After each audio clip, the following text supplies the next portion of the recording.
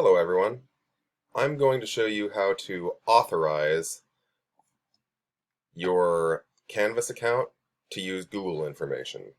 This is a way to authorize your Canvas account to let you turn in assignments that you've completed in Google. This should take less than a minute. Start by coming over to the left side of your Canvas page where it says Account right here. Left click on Account.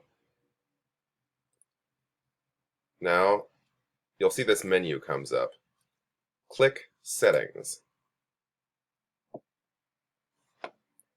Now you'll get to your page's settings, scroll down until you'll see Web Services right here. Now under Registered Services, right now you shouldn't see any. Under Other Services, you're going to see Google Drive. Left-click Google Drive, left-click Authorize Google Drive Access.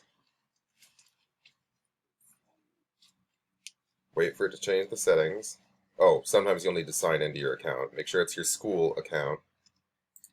Click Allow when it asks you.